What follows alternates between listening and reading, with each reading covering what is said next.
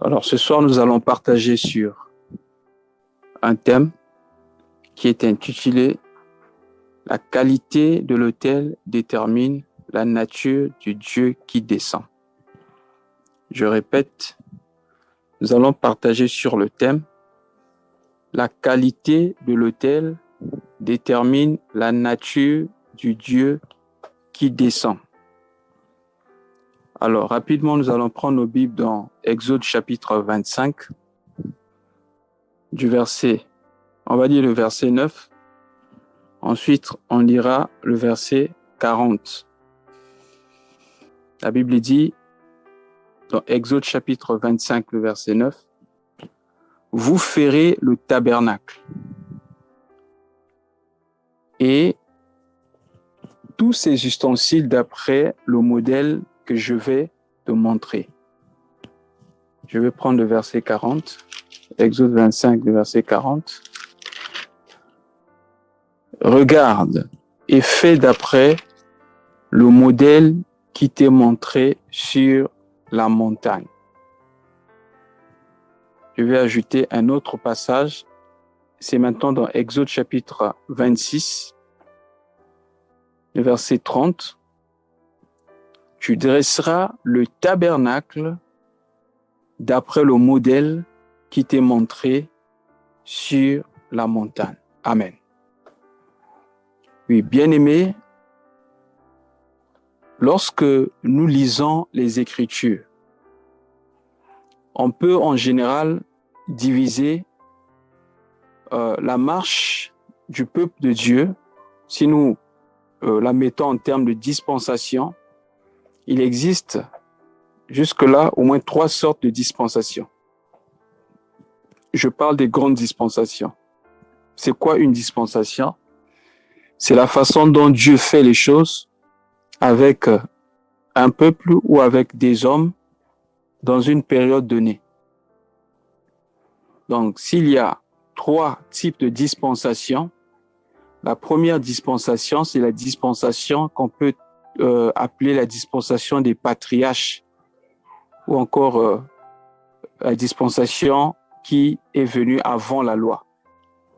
Dans cette dispensation, Dieu agit avec un homme et sa famille. Nous voyons le cas d'Adam et Ève et leur famille, le cas de Noé et sa famille, le cas d'Abraham et sa famille, d'Isaac et sa famille, et de Jacob et sa famille. C'est une famille que Dieu a choisie, un homme que Dieu a choisi, et sur qui la bonté de Dieu s'est étendue, et Dieu se révèle à ce dernier. Donc ça, c'est la dispensation des patriarches. Après la dispensation de patriarches, nous tombons dans la dispensation de la loi. Dans cette dispensation, Dieu agit avec tout un peuple. Un peuple à qui le Seigneur a donné des lois, des ordonnances et des ordres. Et dans la dispensation de la loi, Dieu choisit comme son peuple le peuple d'Israël. Et c'est à ce peuple-là que Dieu avait donné la loi et des ordonnances. Et lorsque Dieu se révèle à Moïse, il rappelle à Moïse qu'il est le Dieu des vivants. Le Seigneur Jésus a répété ce passage en disant qu'il est le Dieu d'Abraham, d'Isaac et de Jacob. Donc le Dieu qui a marché avec les patriarches, maintenant, il appelle Moïse afin que Moïse puisse aller chercher un peuple parce qu'il devait changer de dispensation. Dans chaque dispensation, Dieu veut se rapprocher de l'homme. Après la dispensation de la loi, nous avons la dispensation de la grâce, la dispensation dans laquelle nous sommes. Dans cette dispensation, la loi n'est pas donnée simplement à un peuple, mais ici, Dieu écrit sa loi dans notre cœur.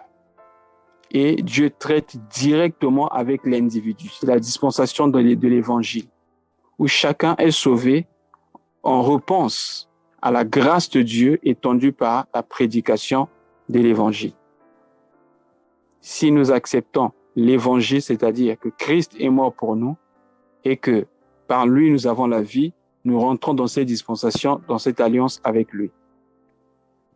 Alors, bien aimé, dans toutes ces dispensations, vous allez constater avec moi que Dieu voulait à tout prix se rapprocher tout le temps de l'homme.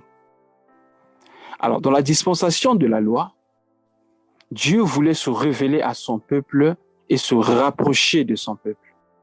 Il voulait en fait descendre au milieu de son peuple. Il appelle Moïse. Il a dit à Moïse d'aller chercher son peuple. Alors, qu'est-ce que Dieu voulait faire pour avoir un tabernacle, c'est-à-dire une maison au milieu de son peuple, un lieu d'habitation au milieu de son peuple? Il va dire à Moïse, monte sur la montagne. Et il a fait monter Moïse sur la montagne. Moïse est monté sur la montagne. Il va donner à Moïse le modèle. Il dit à Moïse, regarde bien comment les choses sont disposées ici.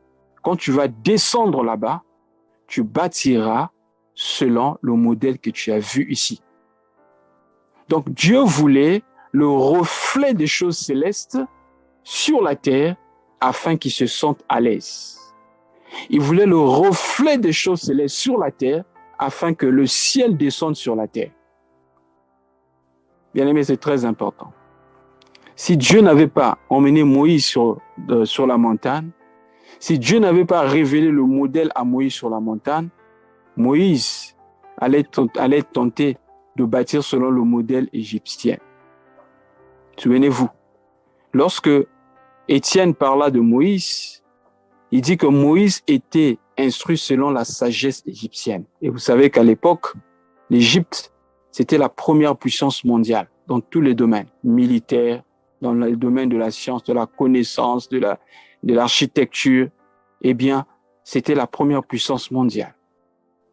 Donc, si Moïse, Dieu lui avait simplement dit de bâtir une maison afin d'en faire un lieu d'habitation pour lui, Moïse allait certainement voir le modèle des dieux égyptiens, des divinités égyptiennes et bâtir selon ce modèle sur la terre. Et bien aimé dans le Seigneur, comme je disais, c'est la qualité de l'autel que tu bâtis sur terre qui détermine la nature du Dieu qui descend. Donc Moïse allait peut-être bâtir des pyramides comme habitation de Dieu. Mais pour que Moïse ne tombe pas dans le piège, alors qu'est-ce que Dieu va faire? Dieu va d'abord emmener Moïse sur la montagne et lui montrer le modèle. Voilà pourquoi c'est très important, en tant que ministre de l'Évangile, de connaître le modèle de Dieu avant de chercher à bâtir. Dieu a toujours fait ça, et même lorsque le Seigneur Jésus est venu sur la terre, il avait appliqué le même principe. Bien-aimés, faute de temps, nous n'allons pas tout lire. Vous allez constater que dans Marc chapitre 3, du verset 13 au verset 15, lorsque le Seigneur Jésus a commencé le ministère, la Bible dit, il est parti sur la montagne. Lisons un peu ça, j'aime ça. C'est important qu'on dise ça. Marc chapitre 3, du verset 13 au verset 15. Marc chapitre 3, du verset 13 au verset 15. Voici ce qui est écrit. Il monta ensuite sur la montagne, il appela ceux qu'il voulut et ils vinrent auprès de lui. Il en établit 12 pour les avoir avec lui et pour les envoyer prêcher avec le pouvoir de chasser les démons. Remarquez quelque chose. Avant de choisir les disciples, qu'est-ce qu'il a fait? Il est d'abord parti sur la montagne. Et étant sur la montagne, il en établit 12. D'abord, il a choisi ceux qu'il voulut. Il les a emmenés sur la montagne. Pourquoi? Afin de leur communiquer le modèle. Ensuite, il leur donna le pouvoir de chasser les démons et il leur dit, allez-y prêcher. C'est très important. Frère, si nous ne connaissons pas le modèle, si nous n'avons pas le modèle, notre travail sera un travail vain. Voilà pourquoi. Alors qu'il avait enseigné les disciples, il leur dit, restez à Jérusalem. jusqu'à ce que vous soyez revêtus de la puissance d'en haut. Ensuite, vous allez descendre pour évangéliser.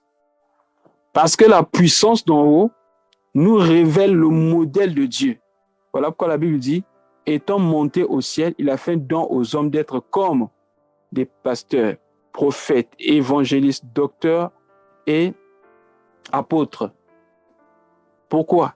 Pour le perfectionnement des saints.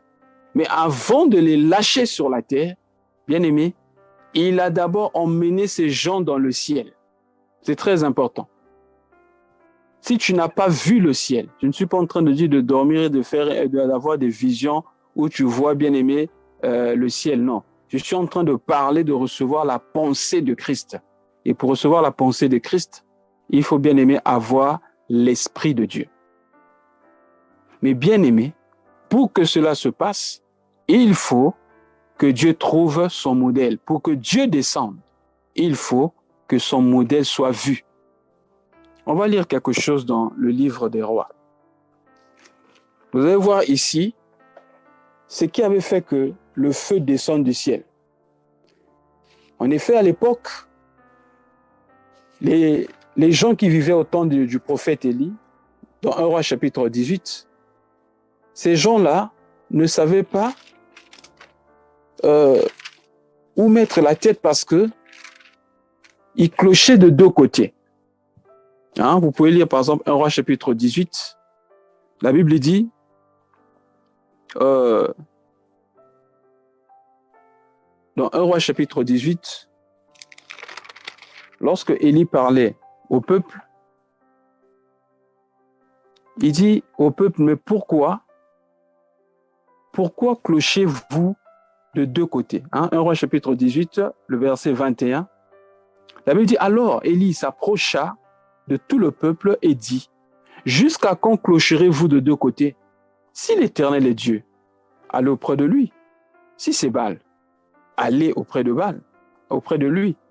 Le peuple ne répondit rien. Vous voyez, c'était un peuple qui était perplexe, qui ne savait pas quel Dieu adorer. Parce qu'à l'époque, il y avait, bien aimé, des autels de Baal partout.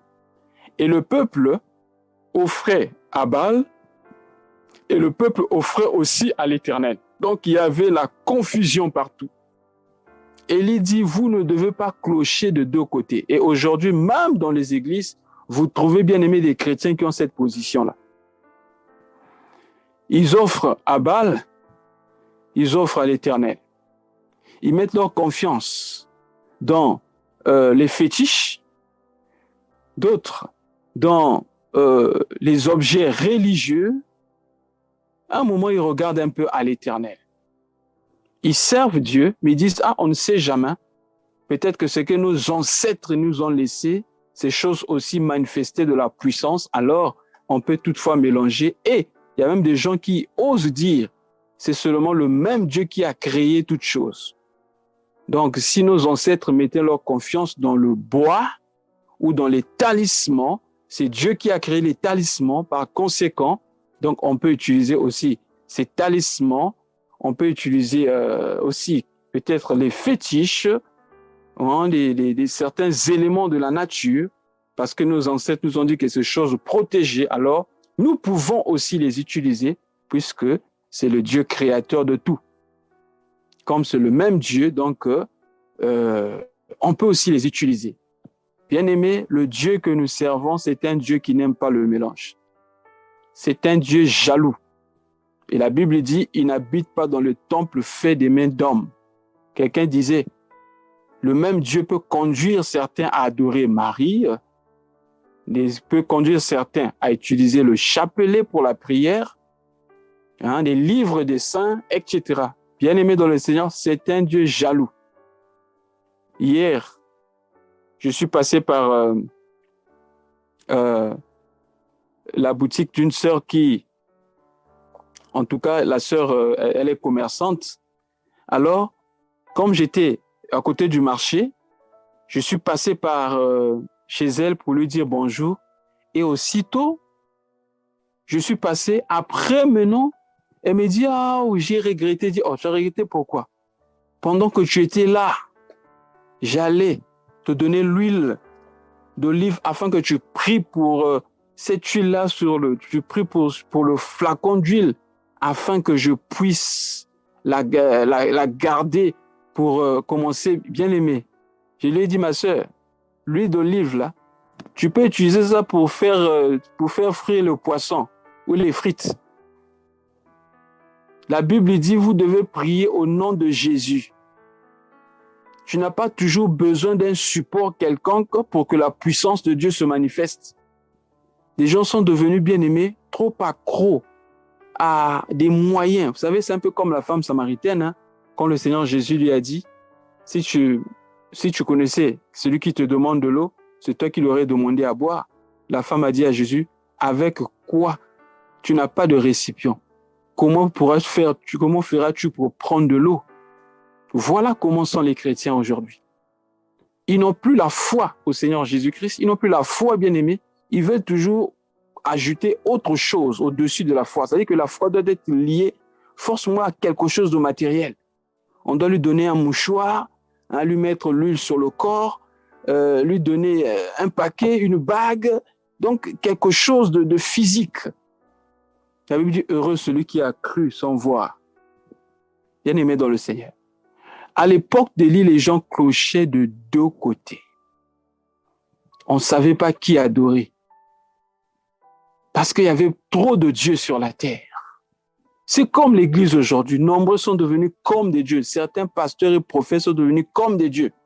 Vous voyez un pasteur dire, comment peux-tu voyager sans me dire? Avant de voyager, tu dois d'abord passer par le pasteur. Il faut que le pasteur prie pour toi. Il faut que le pasteur consulte Dieu pour toi. Il faut que le prophète consulte Dieu pour toi. Tu ne peux pas écouter Dieu directement. Tu dois passer par l'homme de Dieu. Ce sont des tactiques. Après avoir dit tu dois passer par l'homme de Dieu, il y a un verset qui va s'ajouter. Tu ne viendras pas voir l'homme de Dieu les mains vides. Donc voilà pourquoi tout le monde doit dépendre de lui, parce que à chaque fois que les gens viendront avec l'argent de la consultation, comme cela se fait à l'hôpital, il va avoir beaucoup d'argent. Bien-aimé dans le Seigneur. Dans 1 Timothée chapitre 2, verset 5, il est écrit, il y a un seul Dieu et aussi un seul médiateur entre Dieu et les hommes, Jésus-Christ homme. Il n'y a pas un autre chemin qui conduit à Dieu si ce n'est le Christ, parce que c'est lui qui a donné sa vie pour toi et moi, et il a dit lui-même, dans Jean chapitre 14, verset 6, je suis le chemin, la vérité et la vie. Nul ne peut aller au Père si ce n'est par moi. Donc le peuple était dans la confusion. Les gens sont dans la confusion aujourd'hui. Aller auprès de qui? Celui-ci dit, c'est moi qui suis le véritable homme de Dieu. C'est moi qui suis le véritable. Jésus a parlé de ses temps, frères. Si on vous dit, voici Christ est à tel endroit, n'y allez pas. C'est moi qui suis le véritable. La guerre des titres aujourd'hui. Bien-aimé dans le Seigneur. Le peuple était dans la confusion. Le peuple était dans la confusion. Alors Élie devait rétablir l'autel. Hein, si vous lisez au verset 30, parce que Élie a dit à ces gens, au prophète de Baal, vous invoquez votre Dieu, moi aussi je vais invoquer mon Dieu. Le Dieu qui répondra par le feu, c'est celui-là qui sera le véritable Dieu. La Bible dit, au verset 30, d'abord avant ça, ils ont crié jusqu'à midi, ils ont sauté, ils ont fait beaucoup de choses, ils ont fait même des incisions. Leur Dieu n'a pas répondu. Maintenant, la Bible dit, au temps de l'offrande, de la présentation de l'offrande, au verset 30, Élie dit alors à tout le peuple, approchez-vous de moi. Tout le peuple s'approcha de lui et Élie rétablit l'autel de l'Éternel qui avait été renversé. Qu'est-ce qu'Élie a fait? Il a rétabli l'autel de l'Éternel qui avait été renversé. Et si vous lisez, la Bible dit, la première des choses, il a placé les 12 pierres qui représentent les 12 tribus d'Israël, les 12 qui représentent le fondement, c'est-à-dire la parole de Dieu. Et il y a versé de l'eau, image de la sanctification. 4 cruches, il a versé 3 fois. C'est-à-dire que chaque pierre devait recevoir une cruche d'eau. Après, Élie a tué l'animal parce que, bien aimé, le véritable message de l'évangile, c'est la mort de Jésus-Christ, par conséquent, notre mort au moins. Et lorsque Élie a invoqué l'Éternel, puisque l'autel était bien aimé selon le modèle de l'Éternel, qu'est-ce qui s'est passé? Alors, le feu était descendu pour montrer que Dieu avait approuvé l'autel et la présence de Dieu était là. Donc, frère, si nous voulons voir Dieu dans notre vie, si nous voulons expérimenter la gloire de Dieu, nous voulons voir Dieu agir dans notre vie, nous devons, bien aimé, faire selon le modèle de Dieu. Si nous ne faisons pas les choses selon le modèle de Dieu, bien aimé, on pourra voir des manifestations spirituelles, mais ça ne sera pas le véritable Dieu. Nous l'avons dit ça plusieurs fois ici. Ce n'est pas parce que vous avez vu une manifestation spirituelle ou même un miracle que forcément Dieu est dedans. Car Jésus a dit, plusieurs faux prophètes s'élèveront à la fin des temps. Et ils feront des grands miracles et des prodiges. Et nous avions lu la fois passée l'histoire de cette femme qui était possédée d'un esprit de Python, mais qui avait la capacité de prédire l'avenir. Donc, ce n'est pas parce que quelqu'un a prédit l'avenir qu'il est de Dieu. Ou soit parce que quelqu'un t'a révélé ton passé qu'il est de Dieu. Ça peut être aussi, bien aimé, l'esprit de Python. Mais bien aimé dans le Seigneur. C'est que Dieu veut dans notre vie. C'est que, bien aimé, que nous soyons des tabernacles bien préparés selon le modèle de Dieu afin que Dieu descende. Qu'est-ce que Dieu veut voir en nous? La Bible dit, cherchez la paix avec tous et la sanctification sans laquelle personne ne verra l'Éternel.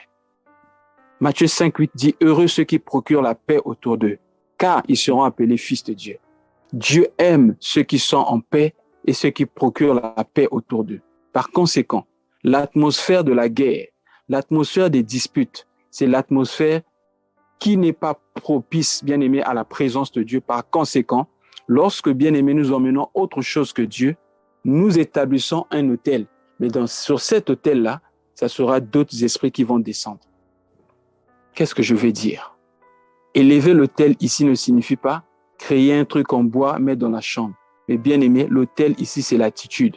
Notre cœur, notre corps est le temple du Saint-Esprit. Notre cœur, c'est cet autel-là que nous devons, bien aimé, bâtir pour Dieu, afin que l'Éternel descende dans notre vie. Oh, bien aimé dans le Seigneur.